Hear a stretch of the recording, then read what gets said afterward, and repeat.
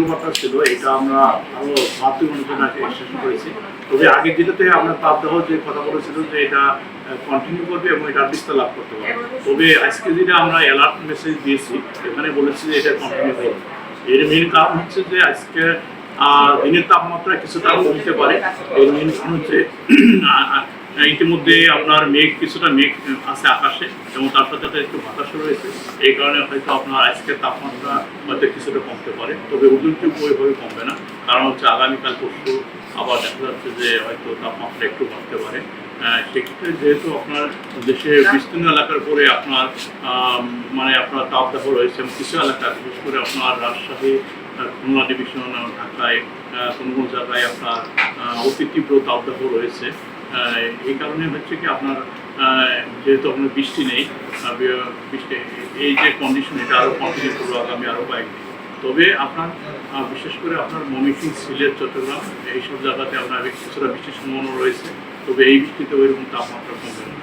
হয়তো সে কোনো জায়গায় লোকালাইজ বৃষ্টিও হতে পারে, সেই বৃষ্টি তো আপনার এই তাপমাত্রা এটার কারণ হচ্ছে যদি তাপমাত্রা যদি আপনার যদি 36-38 থাকে আর বাতাসের জলীয়বাষ্প যদি বেশি থাকে, অর্থাৎ জলীয়বাষ্প যদি 80% 90% থাকে, সেক্ষেত্রে যেটা হয় হচ্ছে আপনার দিনের তাপমাত্রা যেমন বেশি এবং রাতের তাপমাত্রা ওইভাবে কমতে যায় না। দেখা যায় যে আপনার ঢাকাতে রাতের তাপমাত্রা প্রায় 29 ডিগ্রি কাছাকাছি। অর্থাৎ হচ্ছে রাতের তাপমাত্রা দিনের তাপমাত্রার কাছাকাছি যখন চলে আসে, সেই সময় কি হয় আপনার যে দিনের যে গরমের যে তীব্রতা এটা রাতেও ফিল হয়। এই জন্য হয় কি আপনার যে বিশেষ করে যারা দিন খেটে খাওয়া মানুষ, যারা মাঠে কাজ করে, তাদের জন্য এটা আরও কষ্টদায়ক হয়ে দাঁড়ায়। কারণ হচ্ছে আপনার শরীর যে সময় জলীয়বাষ্প করে বেড়ে থাকবে সেই সময় শরীর ঘামবে এবং বাইরে চলাফেরা করা অনেক সময় কষ্টদায়ক হয়ে যেতে পারে। মোটামুটি নিয়ারলি আনসেস থাকবে অথবা বাড়তেও পারে আগামীকাল পরশু। তবে যে চলমান তাপপ্রবাহ এটা কন্টিনিউ করবে আগামী 72 যেটা বৃষ্টির সম্ভাবনা আজকেও আছে, এটা বিশেষ করে ময়মনসিংহ, আপনার সিলেট এবং চট্টগ্রাম। তবে লোকালাইজ বৃষ্টি হতে পারে, যেটা হঠাৎ করে যে অনেক সময় এই সময় যেহেতু মেঘ আছে লোকালাইজ বৃষ্টি হতে পারে। তবে লোকালাইজ বৃষ্টির ক্ষেত্রে যেটা হয় আপনার সাময়িক, অর্থাৎ 6 ঘন্টা বা 8 ঘন্টার জন্য তাপমাত্রা একটু কম থাকে। দেখা যায় এর প্রভাব কেটে গেলে আবার তাপমাত্রা বেড়ে যায়। যেহেতু আপনার বড় ধরনের বৃষ্টির সম্ভাবনা নেই, এই যে চলমান তাপপ্রবাহ এটা কেটে যাওয়ার জন্য শক্তিশালী পশ্চিমা লঘুচাপের প্রয়োজন, যার প্রভাবে সারা দেশে বৃষ্টি হয়। তবে ওই ধরনের সম্ভাবনা আপাতত কয়েকদিন। না, এটা হচ্ছে যে এপ্রিল জুড়ে মোটামুটি যেহেতু সারা দেশের তাপমাত্রা প্রায় 36 উপরে আছে, তবে দেশের মেজর পার্টির তাপমাত্রা 36 উপরে এই মাসেই থাকবে।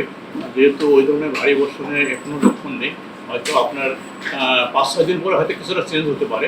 তবে তারপরেও যেহেতু মডেল 3 থেকে 4 দিনের ফোরকাস্ট ভালো দেয়, সেক্ষেত্রে আরও 3-4 দিন পরে এটা ক্লিয়ার বোঝা যাবে আসলে বৃষ্টিটা কদিন পরে আসবে। তবে আপাতত আমরা ধরে নিতে পারি যে 5-6 দিন ওই ধরনের উল্লেখযোগ্য চেঞ্জ হবে না, যেটা লোকালাইজ বৃষ্টি কিছু কিছু এলাকায় হবে। তবে ওইভাবে তাপমাত্রা আপনার কমে আসবে।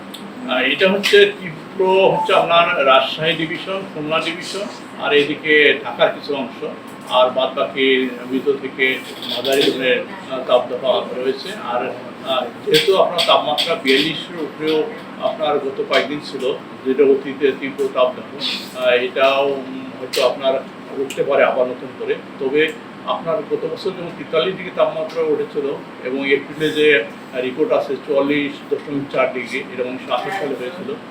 তবে ওর কাছাকাছি যাওয়ার সম্ভাবনা তেমন নেই। অর্থাৎ আপনার তাপমাত্রা উঠলেও 41, 42 বা 43-এর ভিতরে থাকতে পারে যদি ওই নতুন করে উঠে। তো আপাতত এরকম মনে হয় হবে।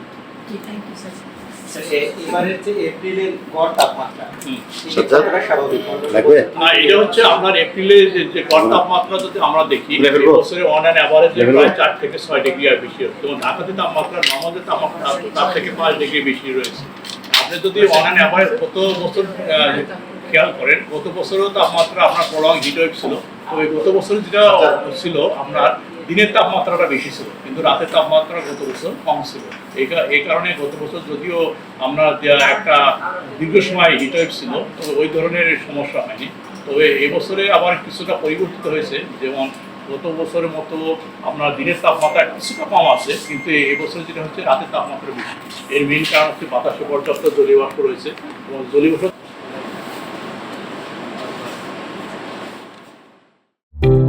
সাশ্রয়ী খরচ ও সহজে হেলিকপ্টার, এয়ার অ্যাম্বুলেন্স ও প্রাইভেট জেট বিমান ভাড়া দিচ্ছে প্রবাসীর হেলিকপ্টার।